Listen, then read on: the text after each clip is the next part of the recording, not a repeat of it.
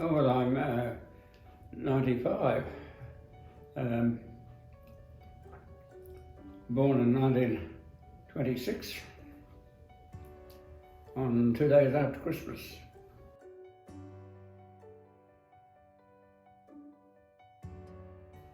When I was a kid, well, we got this Northern nurse, a very famous English nurse, her name was Edith Atherton Clark. She was a terrific snob. She hated me playing with the workers' kids. She didn't like that sort of thing. And of course, the kid next door was a year younger than me, and we went to the same local school. We played together a lot. But she was a marvellous woman also, and people respected her because she really was that was just the way she was, English. Some people are like that in England. So she was mother to me. I was her baby, and so she treated me like her own child. And I always wanted to be at home, yeah. I always expected to be at home. I was pretty athletic. I played cricket in the local team in A grade and tennis too. And didn't play footy so much because it was too difficult, you know. Got smashed up too much. But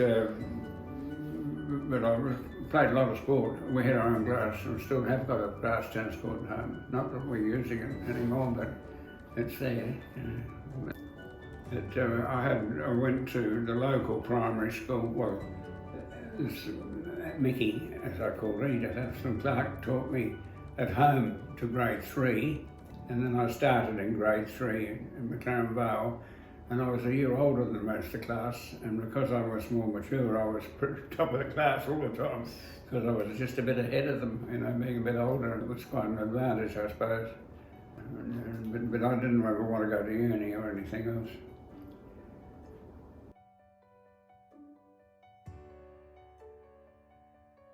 I had an older brother and sister. My mother died. She hemorrhaged and Dad gave blood. It was the wrong type. They didn't have our blood types in those days.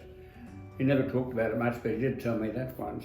And my dad, oh yeah, well he died of course eventually, and he was in the 43rd Battalion in the First World War, and was a lieutenant. So RSL was one of his passions, and he was president of the RSL club in Adelaide, in Angus Street for many years. Whatever.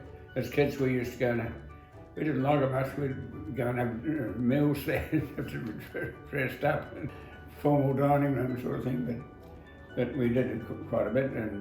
But I've been very active all my life, you know, working in the vineyard with horses, ploughing, and all those things we did. We had 5 big draft horses used to plough. The vineyard was all plough until we got the first tractor in '52 and had a tractor then. That was fun, and it was much more fun than the horses.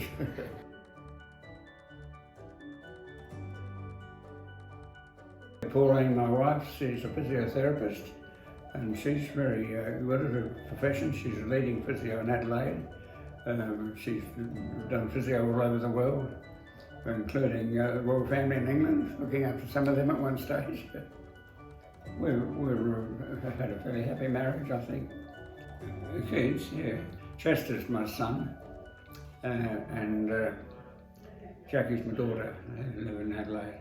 Well, Chester's working for me, but he's in England at the moment. He's about to come back this weekend over there selling wine. I'll be glad to see him. My daughter Jackie, she's a physio in Adelaide.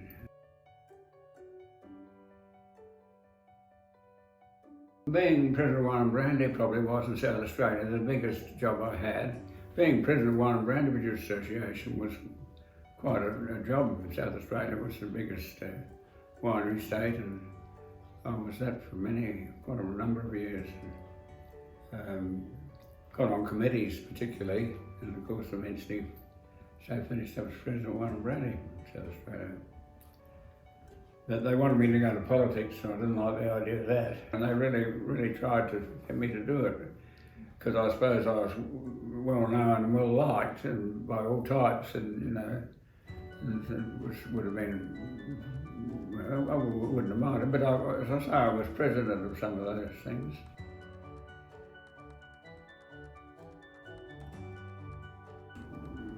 as a kid we did a bit in the winery, and as we grew up, and the winery was my business, and that was it.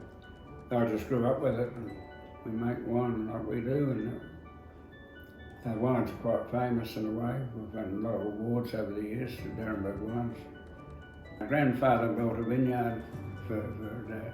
Grandfather was a businessman in Adelaide and made a lot of money, and he set that up on the property where I still live on, and I've bought more land since then.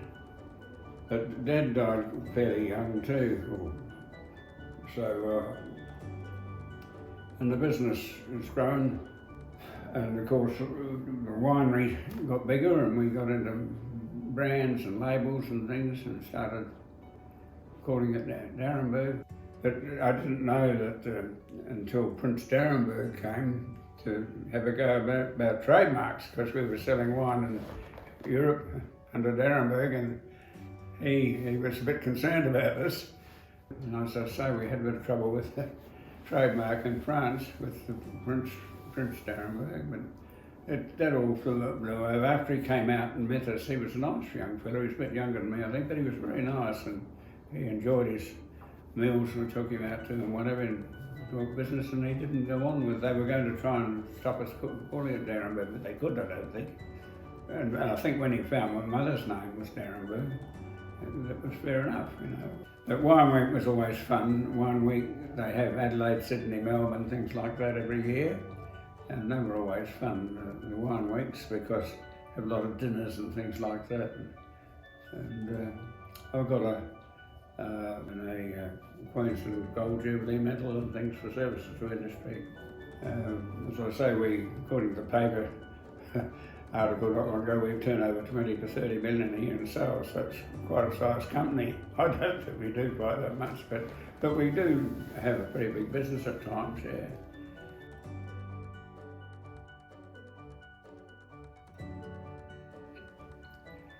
Oh, I don't know. I think you want to keep an open mind and not be afraid to have a go at anything, you know.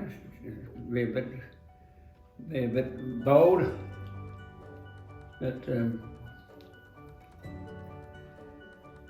I think treat other people with respect is very important, and you know, their right to their lives. It may not be the same as yours, but